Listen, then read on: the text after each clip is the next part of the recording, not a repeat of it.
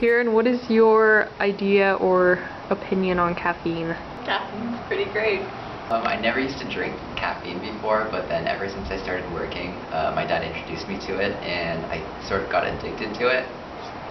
I think caffeine is amazing. It keeps me up when I'm tired. Well, I mean, I occasionally visit Timmy's and I get like an ice cap or something. I'm addicted to caffeine. Can't live without it, and I only drink Starbucks. No, I love it. There's a feeling going through me. Americans drink almost 30 gallons of the stuff per person each year. So these energy drinks may put kids at serious risk. Back in college, I used to drink energy drinks and stuff to stay up at night to study for an exam. More than half of Americans drink coffee. They drink about 330 million cups a day. Caffeine, though associated with coffee by many, has its various channels to give consumers its buzz. Tea is sometimes forgotten as a source of caffeine, and it's the most widely consumed beverage in the world next to water. So this documentary is really to make people aware of what caffeine is doing to their body when they drink it. This can be ingested by drinking coffee, tea, and eating some foods like chocolate, as well as there's a caffeine pill.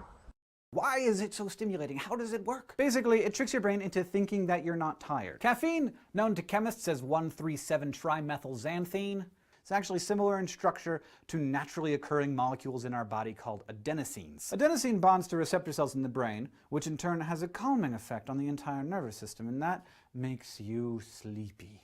What caffeine does is it blocks those receptors in the brain before adenosine can get in there and do its thing. Instead of calming the nerve cells, caffeine stimulates them, causing increases in the heart rate and the blood pressure, increasing alertness, and delaying the onset of fatigue.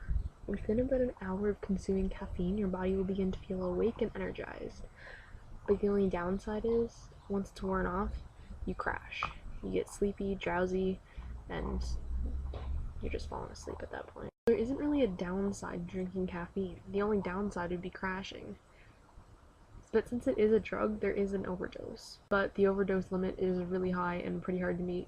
You'd have to drink about 30 liters of McDonald's coffee just to overdose. And let's be real, who can actually drink 30 liters of McDonald's coffee? Do I recommend caffeine?